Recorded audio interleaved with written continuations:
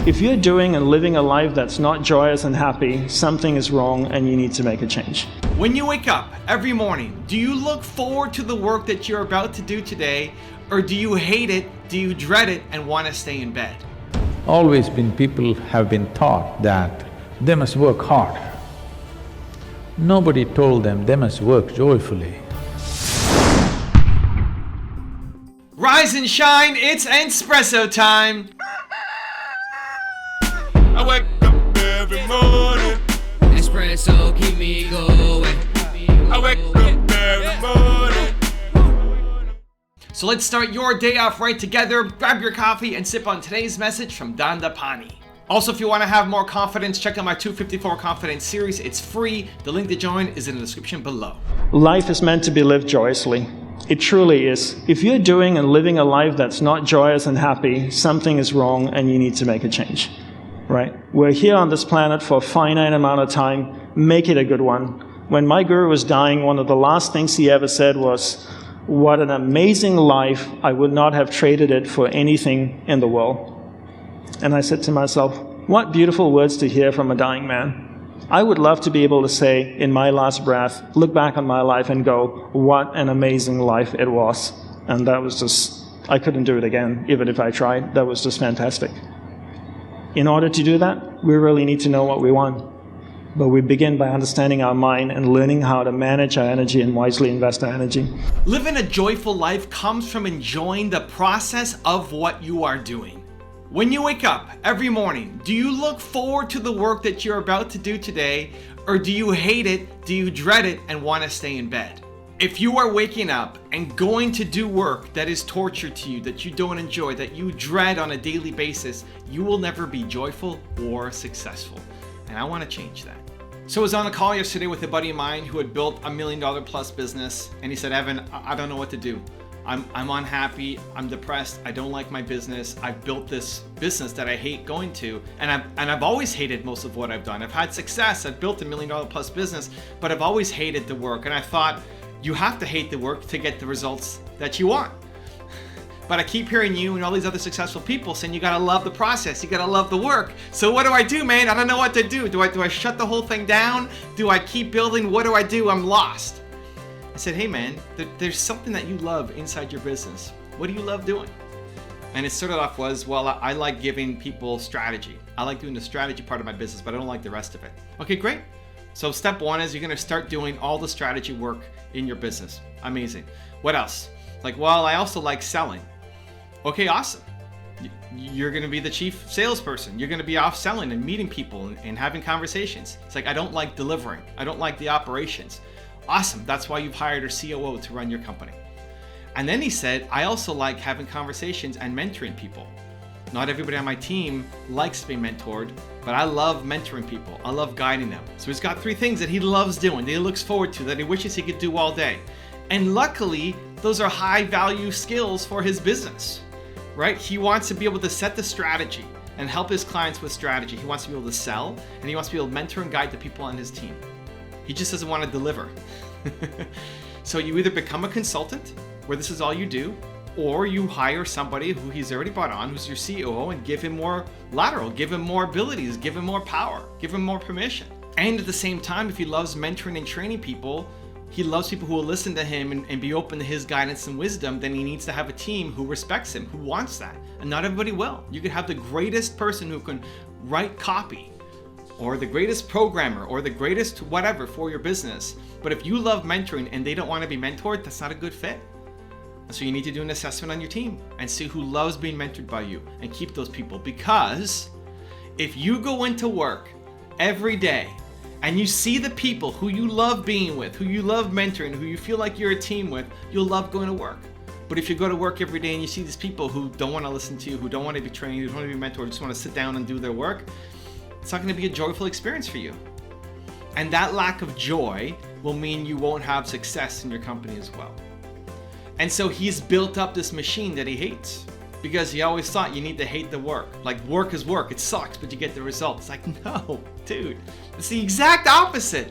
You've had success, you built $1 million plus business because you're talented, but it should have been a $10 million plus business by now. Or if you can apply the things that you love doing, that you are great at, that would make you joyful, where you come to work every day, it's like, I love this, I love setting strategy, I love doing sales, I love mentoring and guiding my team, and then my team that I've mentored and built up is taking care of all the operations, that's heaven for you. That's the best. That's what you need to work towards.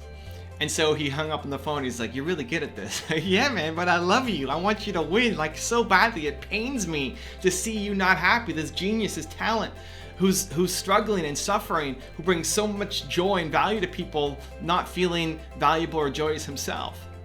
And that's the same for, I think, a lot of people. There are things that you love doing that bring you joy, that if you could focus most of your time on, it's never gonna be 100%. You're always gonna have to do some crap to get the business going, always. He asked me, well, what days of the week do you hate in your business? Nothing, I don't hate a single day in my company. There's a lot of stuff that I don't like to do that I have to do, but it's not repetitive, right? If something is broken, I need to go and fix it. I'll fix it. I'll try to bring my team. If they can't do it, I will fix it. But if that's a consistent thing, then I've either eliminated, automated, or delegated it away.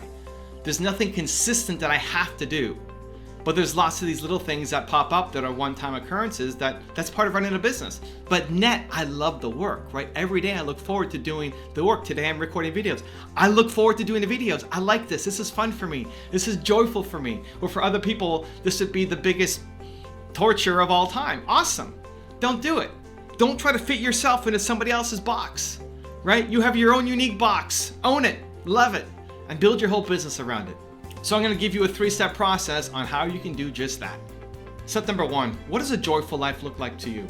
Not just your business, but life, a joyful life. What do you want your life to look like? What do you love doing? Not the I want to drive this fancy car, not that, like the habits.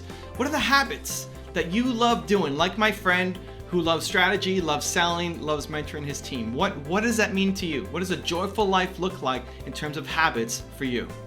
Number 2, what's one small step you could take daily to be more joyful? In step 1, we looked at your entire life. It's big, it's all the habits, it's what's a joyful life. That can be too heavy.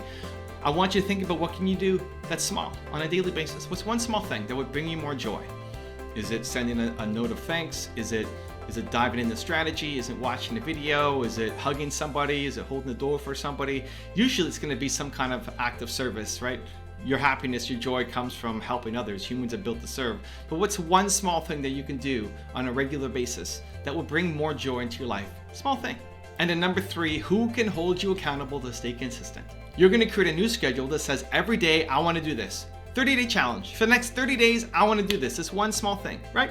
One small thing. For the next 30 days, what are you gonna do? I'm gonna buy the coffee for the person behind me in line. Awesome. I'm gonna do one sales call. Awesome. I'm gonna do one video. Awesome. I'm gonna start today listening to my favorite YouTuber or podcast or read 10 pages from a book. Awesome, awesome, awesome, awesome. Who's gonna hold you accountable for those 30 days? We're gonna check in, write their name down, and then reach out.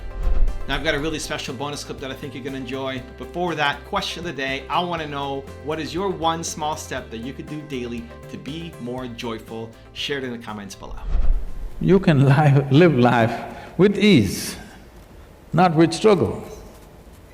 One thing is, when we say work, it's many young people, wonderful people who are getting recognized for whatever wonderful things they have done, leaving them apart, but generally work means always been… people have been taught that they must work hard. Nobody told them they must work joyfully. Nobody told them their work should be an expression of their joy or their love. They have to work hard. If you work hard, life will be tedious. How else will it be? You will do something hard only because you don't know how to do it. If you know how to do it, you would do it with ease. So without learning how to do something, if we try to do it, without investing enough time in perception, if life is all expression, then life becomes a big struggle. You know, what I would say to young people is really what I say to myself. I mean, if you can find the joy in music, and first of all, life is a great gift. Life itself is just that we're here and we think and we can share things and see what's beautiful, hear what's beautiful. Music first among all of the sounds, we think, some of us musicians do. But find the joy in music, find the joy in life, find the joy in each other, find the joy in work, and life becomes really very, very beautiful that way. I think go out and find the joy. As I commit to happiness fully, exactly what I need is coming towards me because I become a magnet. I become an energy field that is so magnetizing, that is so excited, that's so inspired, that other people want to support and work with that energy. And so when we dwell in the energy of joy and happiness, we become a magnet for that which we desire. So my hope for you all is to start to think about the things that you want to succeed in, whether it's succeeding in romantic relationships or succeeding in your career or succeeding in your health goals, and make a commitment today to bring more joy to that area of your life, rather than seeing it as a struggle, rather than pushing forward with all this angst and negativity and neediness and control. Just bring joy to it. Your successes will come when you commit to joy, when you commit to happiness. So find more joy in that physical exercise. I've been going to Soul Cycle. I absolutely love it. It's so joyful for me, and that's helping me raise my butt, because that was one of my goals in success. And then we have these moments where we want to really bring joy into our career. Well, if you're having a hard time in the office, just find ways to have more fun. And as we start to elevate that presence of joy, we will begin to magnetize the successes in our life.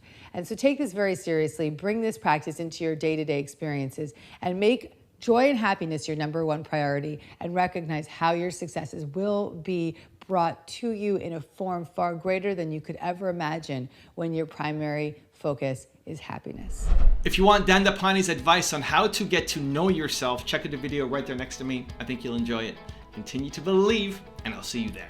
We all spend so much time with other people and other things in life, but we never invest any time in getting to know ourselves.